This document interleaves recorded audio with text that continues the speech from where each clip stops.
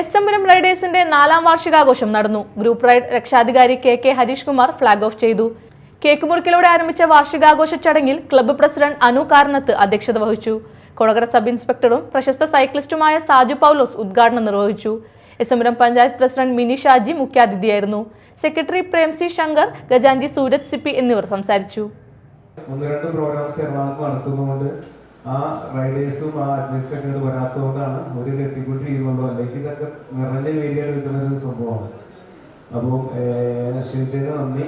ഇപ്പോൾ ഈ K2K എന്ന് പറയുമ്പോൾ എന്ന് പറഞ്ഞാൽ ഒരു പെട്ടെന്ന് വന്ന ഒരു ചാൻസാണ്.